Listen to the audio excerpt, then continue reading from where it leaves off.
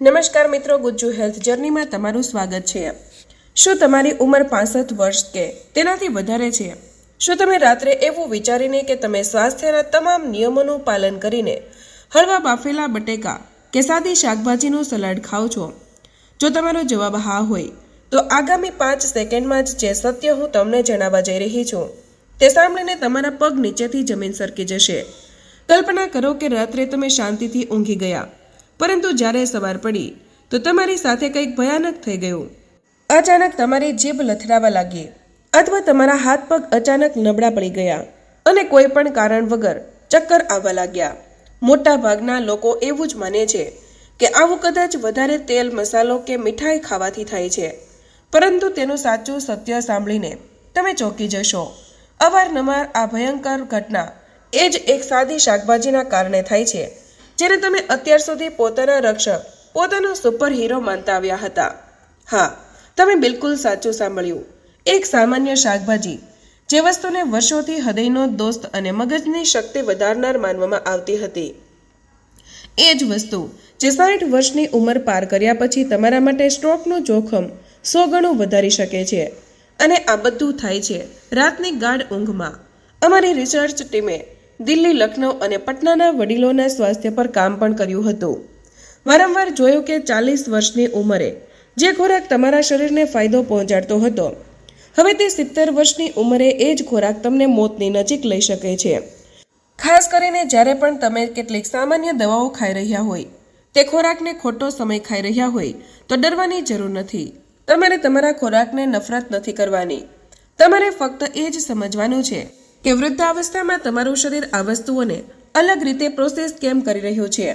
આનાથી સૌથી જરૂરી વિડીયોમાં અમે તમને એક નવું ખૂંખાર અને જાનલેવા શાકભાજીઓ વિશે જણાવીશું।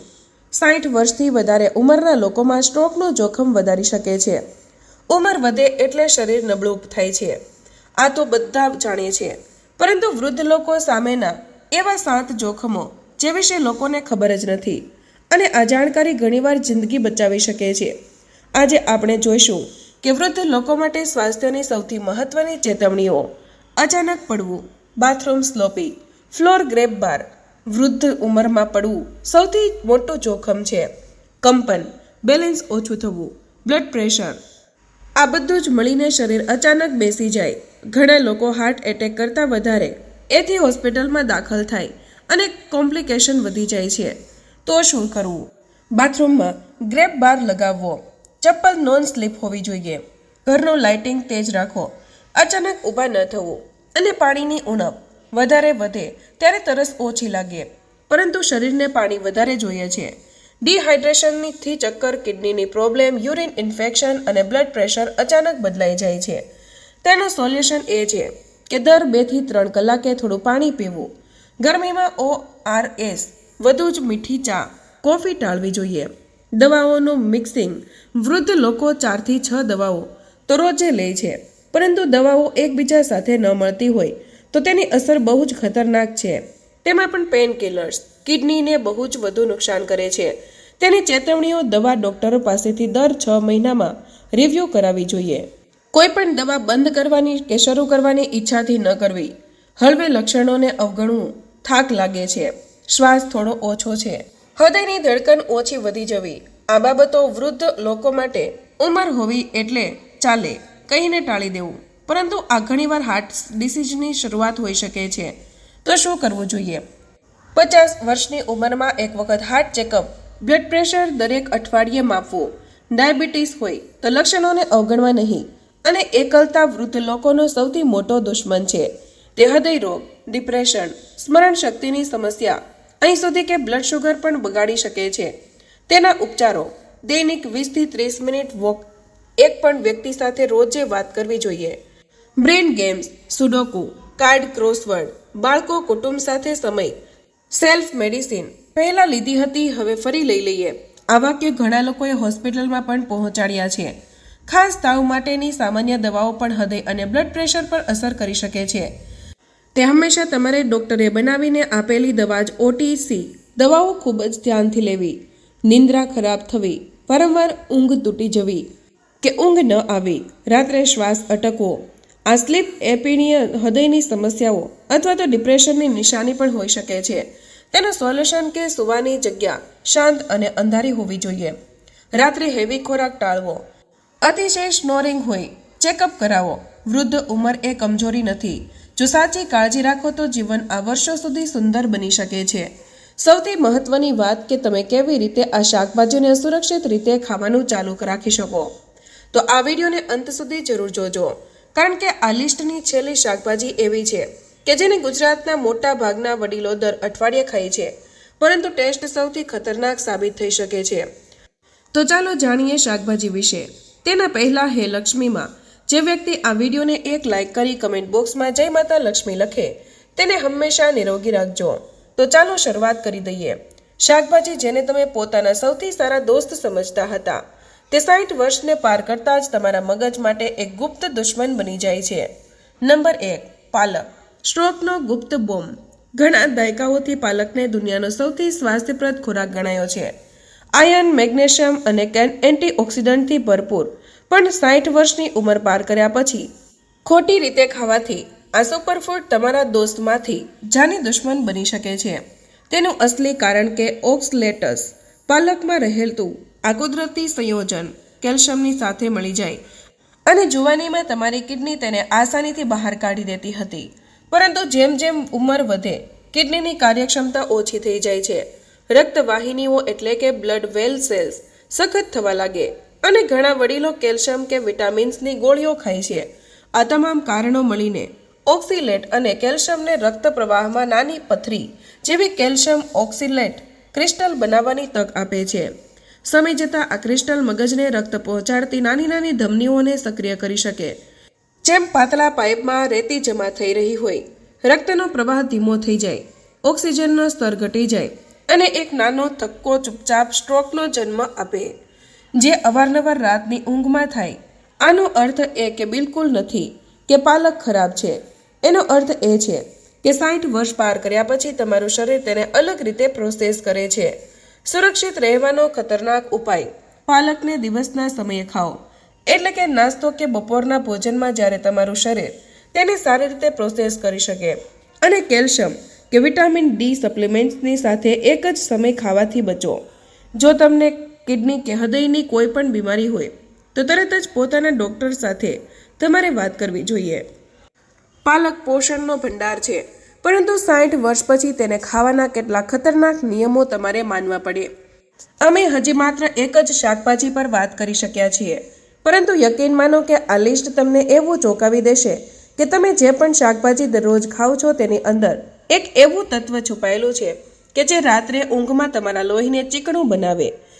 ડૉક્ટર આને સાયલન્ટ સ્ટ્રોકનું મુખ્ય કારણ જણાવે છે, જેની સવાર ઉઠતા પહેલાં ખબર પણ નથી પડતી. અને આ શાકભાજીઓ ખોટા સમય કે ખોટી દવાઓ સાથે લેવાનું પરિણામ અચાનક બ્લડ પ્રેશર વધી જવું, ચક્કર આવવા, સવારે ઉઠીને હાથ પગ ન હલાવી શકવા. ચેન્નઈ અને દિલ્હી જેવા વ્યસ્ત શહેરોમાં જ્યાં પ્રદૂષણ અને તણાવ બહુ વધારે હોય, તે રક્તવાહિકામાં મામૂલી સરખો બદલાવ પણ તમારો જીવ લઈ શકે. નંબર 2, ડુંગળી. ડુંગળી, જેને માત્ર ભારતીય વ્યંજનો એક અનિવાર્ય ભાગ છે, પરંતુ એક શક્તિશાળી ઔષધિ તત્વ પણ છે, જે પોતાની અંદર સ્વાસ્થ્ય અને અપ્રત્યક્ષ ખતરા બંનેને સમાવે છે. ડુંગળીને સ્વાસ્થ્ય વિષયકનો દ્વાર, એન્ટીઓક્સિડન્ટનો ખજાનો માનવામાં આવે છે, ખાસ કરીને ફ્લેવનોઇડ્સ અને હૃદયને બચાવનાર સલ્ફર સંયોજનો જેમ કે એલોઇન, સલ્ફરડાઇઝ. આ સંયોજનો મળીને એલડીએલ, જેને અવારનવાર ખરાબ કોલેસ્ટ્રોલ કહેવામાં આવે છે, તેને ઓછું કરવામાં મદદ કરે છે અને આખા શરીરમાં થતા જૂના સોજા સામે લડે, જેનાથી રક્તવાહિકાઓ લચીલી બને અને રક્ત સંચાર સારું થાય. જો કે 60 વર્ષ પછી ઉંમરના વડીલો માટે, ખાસ કરીને એવા લોકો જે પહેલેથી જ હાઈ બ્લડ પ્રેશર માટે પ્રિસ્ક્રિપ્શન દવા લઈ રહ્યા હોય, લોહીને પાતળું કરવાની દવા લઈ રહ્યા હોય, ડુંગળીની અત્યધિક માત્રા તે ખોટી રીતે તેનું સેવન ચૂપકેથી સમસ્યા ઊભી કરી શકે છે. આ સંભવિત ખતરાના મૂળમાં કવરસેટિન નામનું એક શક્તિશાળી ફ્લોનાઇડ સંયોજન છે, જે આ સંયોજન શરીરમાં પ્રવેશ કર્યા પછી એક કુદરતી શક્તિશાળી વેસોડાયલેટર તરીકે કામ કરે. વેસોડાયલેટરનું કામ રક્તવાહિકાઓની દિવાલને આરામ આપવાનું અને પહોળી કરવાનું છે, જેનાથી રક્તનો પ્રવાહ સરળ થઈ જાય છે અને બ્લડ પ્રેશર સ્વાભાવિક રીતે ઓછું થાય છે. મધ્યમ માત્રામાં આ સ્વાસ્થ્યવર્ધક છે, પરંતુ જ્યારે આ બ્લડ પ્રેશરની પ્રિસ્ક્રિપ્શન દવાઓ જેમ કે કેલ્શિયમ બ્લોક્સ અથવા તો એસી ઇનહિબિટર્સ સાથે મળી જાય છે, જે પણ બિલકુલ એ જ કામ કરે છે, ત્યારે આ પ્રભાવ કેટલાક ગુણો વધી જાય છે અને આ સંયોજનથી બ્લડ પ્રેશર ઝડપથી ઘટી શકે છે અને જેનાથી હાઇપરટેન્શન નામની એક ગંભીર સ્થિતિ પેદા થઈ શકે છે. હાઇપરટેન્શનમાં બ્લડ પ્રેશર એટલું ઓછું થઈ જાય છે કે મગજ સુધી ઓક્સિજનની પર્યાપ્ત આપૂર્તિ નથી થઈ શકતી, જેનું તાત્કાલિક પરિણામ ચક્કર આવવા, અચાનક બેહોશી, જેને સિક્કો પણ કહી શકાય છે, અને સૌથી ખતરનાક કે રાત્રે પડી જવું. પરંતુ થઈ શકે સુરક્ષિત રહેવા માટે ડુંગળીને પોતાના આહારમાં મુખ્ય ભોજન તરીકે નહીં, પરંતુ ફક્ત સ્વાદ વધારનાર તત્વ તરીકે તમારે ઉપયોગ કરવો જોઈએ. અને કાચી ડુંગળીમાં ક્વરસેટિનની સાંદ્રતા સૌથી વધારે હોય છે, એટલે તેને પકાવીને ખાવી બહેતર છે. કારણ કે મિત્રો, ખાવા પકાવવાની પ્રક્રિયા જેમ કે હળવું શેકવું ક્વરસેટિનની શક્તિને કંઈક અંશે નિષ્ક્રિય કરી દે છે. સાથે જ મિત્રો, રાતના ભોજનમાં પણ અત્યધિક ડુંગળી જેમ કે ડુંગળી આધારિત ગ્રેવી કે બહુ જ વધારે સલાડથી બચવું જોઈએ. અને મિત્રો, જેથી ઊંઘ દરમિયાન તમને બ્લડ પ્રેશરમાં અનિયંત્રિત ઘટાડો ન આવે. Number 3, broccoli. ડોક્ટરની દવા ખતમ કરનાર જાસૂસ બ્રોકોલીને દાયકાઓથી દુનિયાના શીર્ષ સુપરફૂડ્સમાં એક માનવામાં આવે છે. અને હા, આ હદના સ્વાસ્થ્ય માટે ઉત્કૃષ્ટ. તે ફાઇબર, એન્ટીઓક્સિડન્ટ અને સલ્ફરયુક્ત ગ્લુકોસાઇન્ટેસ જેવા કેન્સર સામે લડનાર સંયોજનોથી ભરપૂર છે. પરંતુ 60 વર્ષની આયુષ્ય પાર કર્યા પછી આ પુષ્કળ શાકભાજી પણ એક અદૃશ્ય ખતરો પેદા કરે છે. આ ખતરો બ્રોકોલીના હાનિકારક હોવાથી નહીં, પરંતુ તેના વડીલો દ્વારા લેવામાં આવતી સામાન્ય દવાઓ વચ્ચે થનારી જટિલ પ્રતિક્રિયા સાથે જોડાયેલો છે. આ જટિલતાનું કેન્દ્ર બ્રોકોલીમાં પ્રચુર માત્રામાં રહેલું વિટામિન કે છે. આ ચરબીમાં દ્રાવ્ય પોષક તત્વ શરીરમાં રક્તનો થક્કો એટલે કે બ્લડ કોટિંગ બનાવવાની પ્રક્રિયાઓ માટે મહત્વપૂર્ણ છે. ઓછી ઉંમરમાં તે ઈજા થવા પર રક્તસ્રાવ રોકવા માટે જરૂરી છે. જો કે જે વડીલો એસ્પિરિન જેવી લોહી પાતળું કરવાની દવાઓ લઈ રહ્યા છે, એમના માટે સ્થિતિ બદલાઈ જાય છે. અને એસ્પિરિન સીધી રીતે વિટામિન કે પર નિર્ભર થક્કો બનાવનાર કારકોનો ઉત્પાદનમાં હસ્તક્ષેપ કરીને કામ કરે છે. જ્યારે પણ તમે અચાનક વધારે માત્રામાં વિટામિન કે યુક્ત બ્રોકોલી ખાઓ છો, તો મિત્રો, આ સીધી રીતે એસ્પિરિનના કામને સીધો પડકાર આપે છે. આ કારણે એસ્પિરિનનો પ્રભાવ ઓછો થઈ જાય છે, જેનાથી તમારું લોહી પાતળું થવાની જગ્યાએ ગાઢું થઈ જાય છે અને આ લોહીના થક્કા જામવા, સ્ટ્રોક કે હૃદય રોગના હુમલાનો ખતરો વધારે છે. તેનાથી વિપરીત, બ્રોકોલીને અચાનક સંપૂર્ણપણે છોડી દેવાથી એસ્પિરિનનો પ્રભાવ અચાનક વધી જાય, જેનાથી વધારે પ્રમાણમાં રક્તસ્રાવનો ખતરો વધી જાય. અસલી અને ગંભીર ખતરો અનિયમિત અને અસ્થિર ખાવાથી આદતથી આવે છે.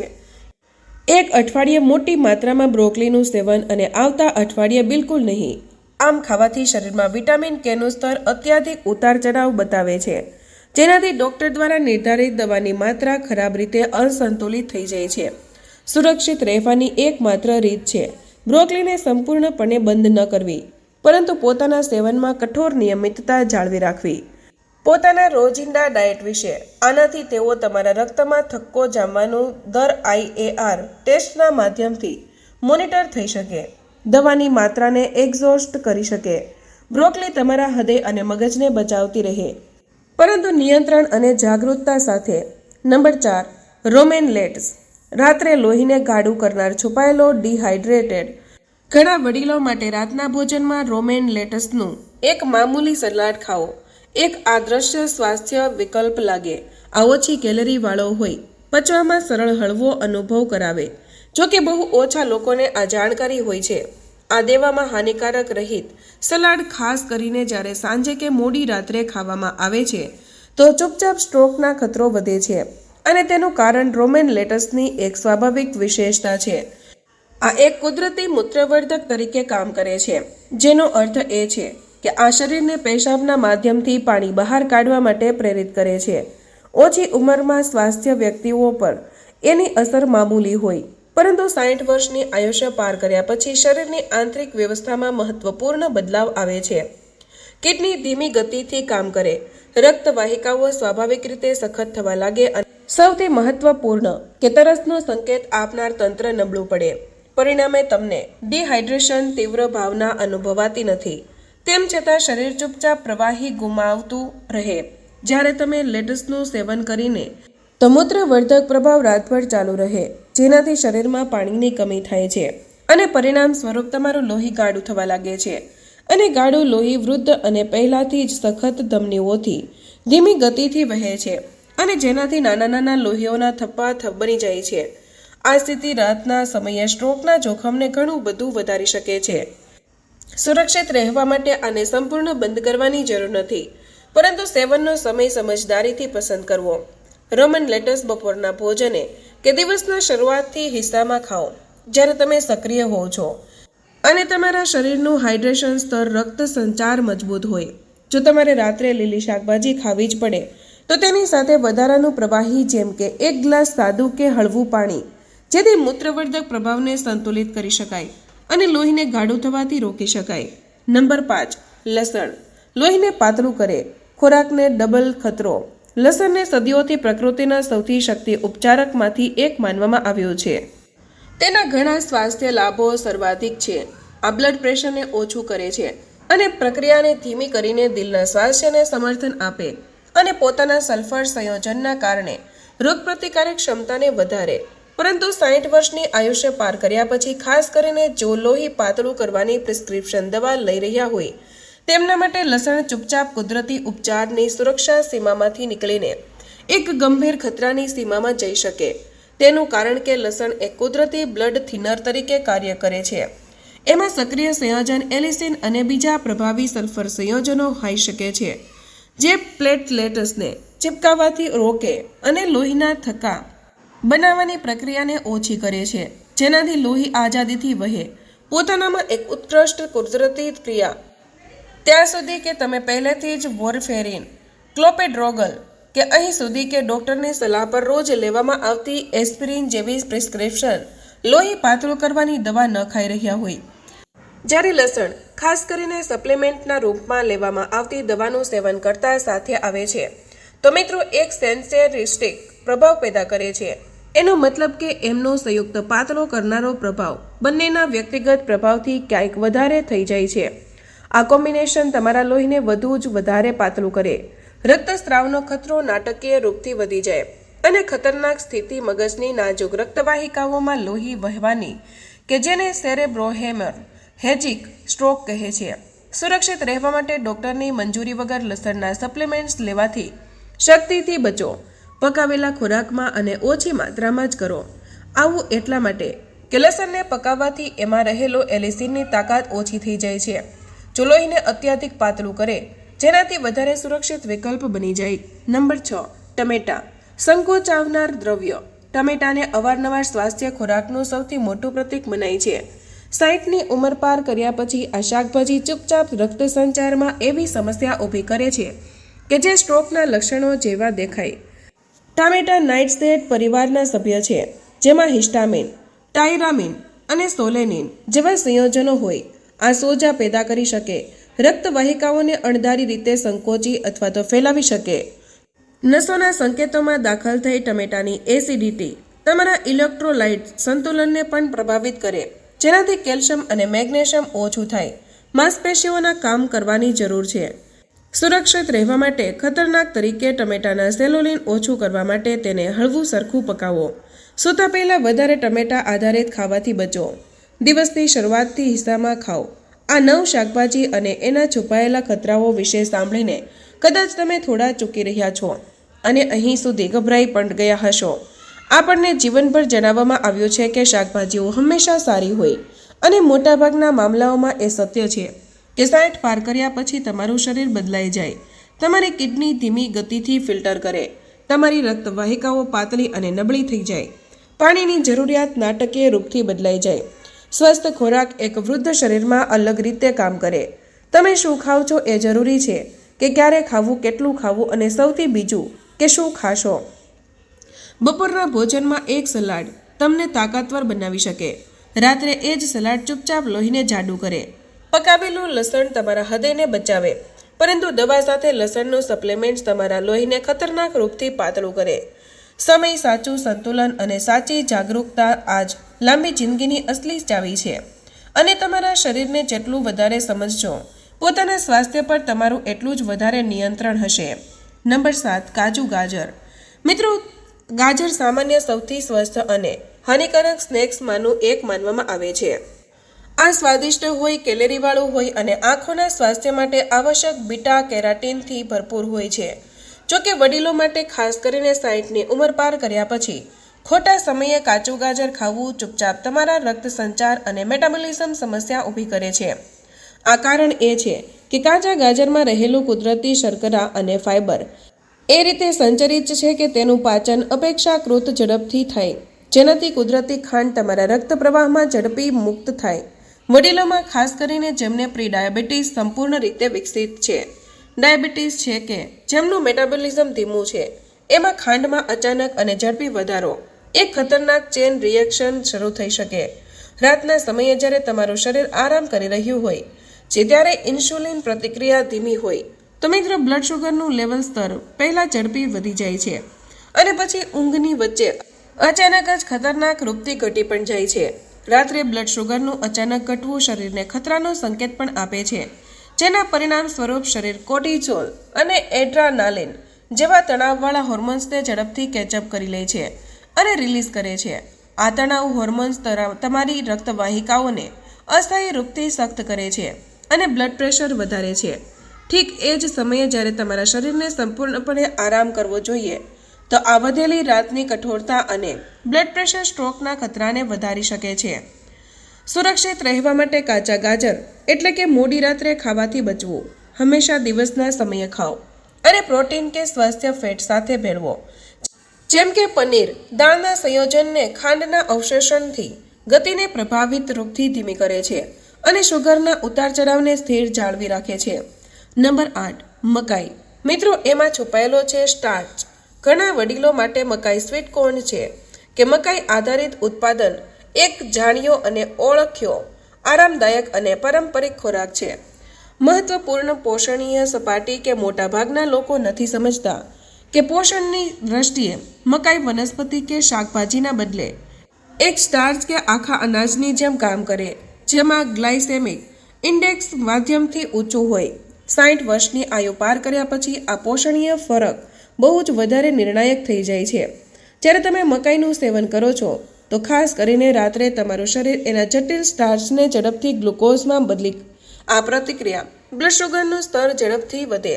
બિલકુલ એ રીતે જેમ તમે સફેદ પાઉં કે ઊંચા ગ્લાયસેમિકવાળા અન્ય પ્રીકૃત કાર્બોહાઈડ્રેટ ખાઈ રહ્યા હોય, તો ધીમી ઇન્સ્યુલિન પ્રતિક્રિયા સરળતાથી નબળા રક્ત સંચારવાળા વડીલોમાં બ્લડ શુગરનો રોલર કોસ્ટર જેવો પ્રભાવ ચૂપચાપ હૃદય પ્રણાલી પર બિનજરૂરી દબાણ નાખે અને સમયની સાથે જ સ્ટ્રોક અને હૃદય સંબંધિત સમસ્યાનો ખતરો વધારે. મકાઈ ખાવી હંમેશા માટે છોડવાની, કારણ કે એમાં ફાઇબર અને એન્ટીઓક્સિડન્ટ હોય છે. તેને રાતના ભોજનમાં ખાવાથી બચો અને મધ્યમ ભાગમાં ખાઓ. તેને પ્રોટીન કે સ્વચ્છ ફેટ સાથે ભેળવો, જેમ કે બાફેલું ઈંડું, એવો આવોકાડો અથવા તો દાળ. આ સંયોજન ગ્લુકોઝના અવશેષોના દરને ધીમું કરે છે, બ્લડ શુગરના ઉતાર ચઢાવની સ્થિતિ જાળવીને રાખે છે. મકાઈને ક્યારેક ક્યારેક અથવા તો હંમેશા એક નાની નાની સાઇડ ડિશ તરીકે ઉપયોગ કરવો જોઈએ. નંબર 9, શતાવરી. મિત્રો, પાણી સૂચનાર રાતનું મૂત્રવર્ધક શતાવરીને અવારનવાર એક સાફ સુથરી ડિટોક્સિફાઇંગ ને કિડનીની માટે સારી શાકભાજી મનાય છે. 60 વર્ષની આયુ પાર કર્યા પછી દિવસના ખોટા સમયે ખાવાથી તમારા રક્ત સંચાર પર અજાણતા ખતરો પેદા થાય. આ એક શક્તિશાળી કુદરતી મૂત્રવર્ધક છે. તેમાં એક વિશેષ સંયોજન હોય જે કિડનીને વધારે ઝડપથી પાણી બહાર કાઢવા માટે પ્રેરિત કરે છે, જેનાથી પેશાબની માત્રા વધે. જોકે આ કુદરતી ડિટોક્સ માટે સારું મનાય છે, પરંતુ જ્યારે તમે રાતના ભોજનમાં ખાઓ છો તો મૂત્રવર્ધક પ્રભાવ રાતભર ચાલુ રહે. તેનું પરિણામ એ છે કે રાતના દરમિયાન તમને પાણીની કમી થઈ શકે. જેમ કે પહેલાં જણાવવામાં આવ્યું કે રાત્રે ડિહાઇડ્રેશનથી લોહી ગાઢું થાય. ગાઢું લોહી શેરાઓ અને ધમનીઓમાં ધીમો સંચાર કરે, જેનાથી થપકાત બનવાની સંભાવના વધી જાય. ખાસ કરીને એવા વડીલોમાં જે સૂતી વખતે લાંબા સમય સુધી નિષ્ક્રિય રહે. સુરક્ષિત રહેવા માટે શતાવરીને રાત્રે ખાવાથી શક્યથી બચો. જો બપોરના ભોજન કે સાંજના શરૂઆતથી ખાઓ, સૂતા પહેલાં ખતમ થઈ જાય. આ ઉપરાંત જ્યારે પણ તમે શતાવરીનું સેવન કરો, તો તેની સાથે કાકડી કે તરબૂચ જેવા પાણીવાળા ખાદ્ય પદાર્થો ખાઓ. મિત્રો, આ ચેનલનો હેતુ એટલો જ છે કે આપણે બધા જીવનમાં નાના નાના બદલાવ લાવીને સ્વાસ્થ્યને વધુ સારું બનાવી શકીએ. સાચી રીતે પાણી પીવું હોય, ખાવાનો યોગ્ય સમય પાળવો હોય કે પછી દવાઓ સાથે કયા ખોરાક કેવી પ્રતિક્રિયા કરે છે તેની સમજણ રાખવી. આવા નાના સુધારાઓ તમને તમારા મનપસંદ ખોરાકનો સ્વાદ પણ નિર્ભયતાથી માણવા દે છે. આજે આપણે જે 9 શાકભાજી વિશે વાત કરી તેમાંથી કઈ વસ્તુ તમે રોજે કે અઠવાડિયે ખાઓ છો અને આમાંથી કઈ માહિતી તમને સૌથી વધુ આશ્ચર્યચકિત કરી ગઈ, કમેન્ટમાં જરૂર જણાવજો. મિત્રો, આ માહિતી અન્ય વડીલો માટે પણ ઉપયોગી બની શકે છે, તેથી કૃપા કરીને આ વિડીયો શેર કરવાનું ન ભૂલશો. યાદ રાખો, આ વિડીયો ફક્ત શૈક્ષણિક હેતુ માટે તૈયાર કર્યો છે. તે કોઈ પણ પ્રક્રિયાની વ્યવસાયિક તબીબી સલાહનો વિકલ્પ નથી. જો તમે પ્રિસ્ક્રિપ્શન દવા લેતા હોય અથવા તમારી કોઈ ખાસ સ્વાસ્થ્ય સ્થિતિ હોય તો કોઈ મોટું ડાયટ ચેન્જ કરતા પહેલાં તમારા ડૉક્ટરની સલાહ જરૂર લો. તો મિત્રો, આજનું સેશન અહીં પૂરું કરીએ છીએ. તમને આ માહિતી કેવી લાગી અને તમે કયા શહેરમાંથી આ વિડીયો જોઈ રહ્યા છો તે કમેન્ટમાં જરૂર લખજો. જો વિડીયો ગમ્યો હોય તો લાઇક અને શેર કરજો અને જો તમે આ ચેનલ પર નવા છો તો ચેનલને સબસ્ક્રાઇબ કરવાનું ભૂલશો નહીં. મળીએ એક નવા વિડીયોમાં. ત્યાં સુધી જય શ્રી કૃષ્ણ અને ખૂબ ખૂબ ધન્યવાદ.